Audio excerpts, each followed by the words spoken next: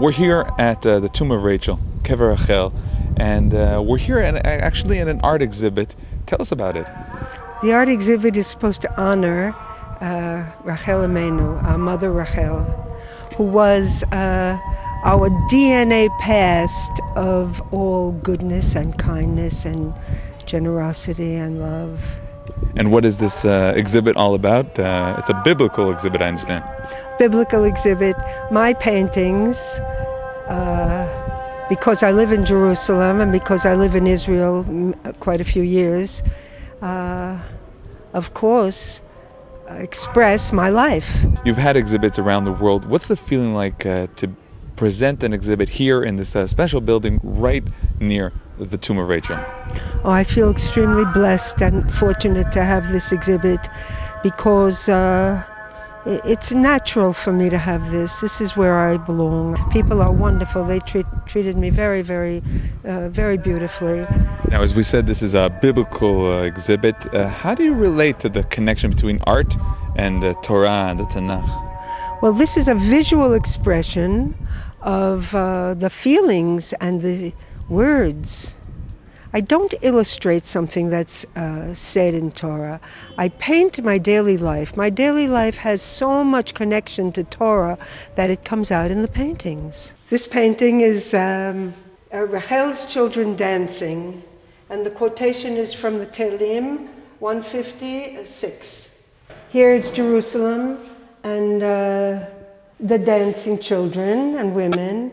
And originally I thought of it as the Rochel with all the colors of the stones, which Aaron wore in the Bet HaMikdash. This painting is historically former times and future times. It has the modern flag, our flag, with the Magan David. And the pillar, as you would braid a challah, is carved into this braided form. That is the pillar of King Solomon.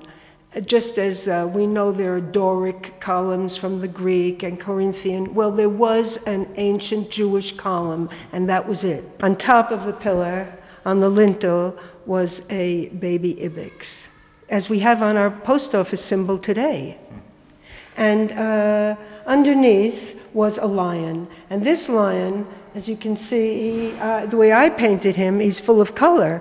The pillars were, we don't know if they were painted. In medieval Europe, they painted pillars.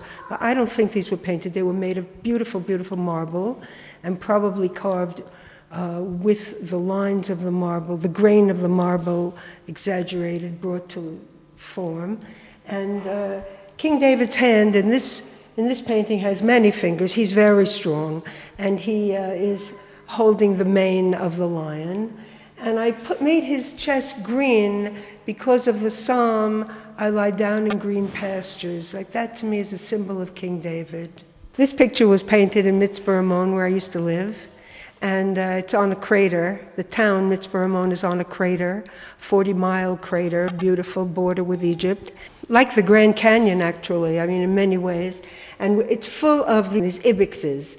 And every day they used to come out and prance around and leap, and I would paint them. And they also, they went away for 3 months in the winter, the end of December till the middle of March, but otherwise they were always there.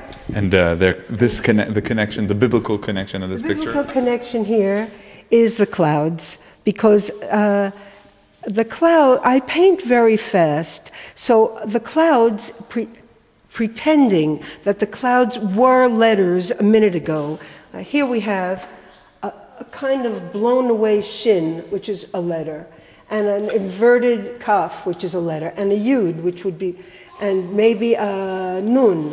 So we titled the painting Password from Ezekiel. This painting I did in Mallorca, Spain, where I was living for a while. Early in the morning, before the sun is actually up, and the land is still bluish, it's not even red yet, you can hear the bells of the sheep, but you can't see them yet. And then all of a sudden you see a white a whitish blue something appearing, and these are the sheep that I painted early in the morning in Spain.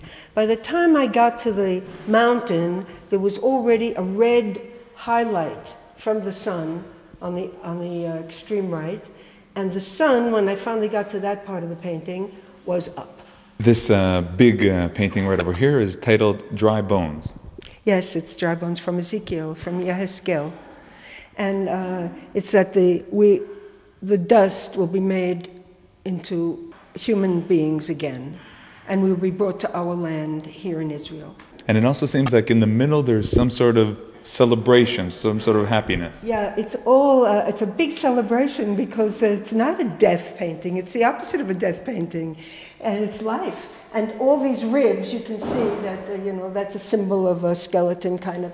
This guy with the top hat is actually playing a violin. He's turning like this, and spinning perhaps. And this person, female possibly, here's her head and the eye. This painting was also done about 20 years ago in Mitzvah Ramon, and by accident there's an eagle in here. This is a complete accident But what it is a windy day, possibly November, or I'm not sure if it's the beginning of winter or the end of winter, but the distant horizon is kind of fuzzy, and behind this mountain, the crater out there, and the mountain closer, and instead of ending the mountain with a horizontal line, I've just kept the brush going. Here we have a painting of the logo of Jerusalem, the lion cub. Here's his tail, and here's his mouth, and his nose, and his mane, and one paw, another paw, and the legs.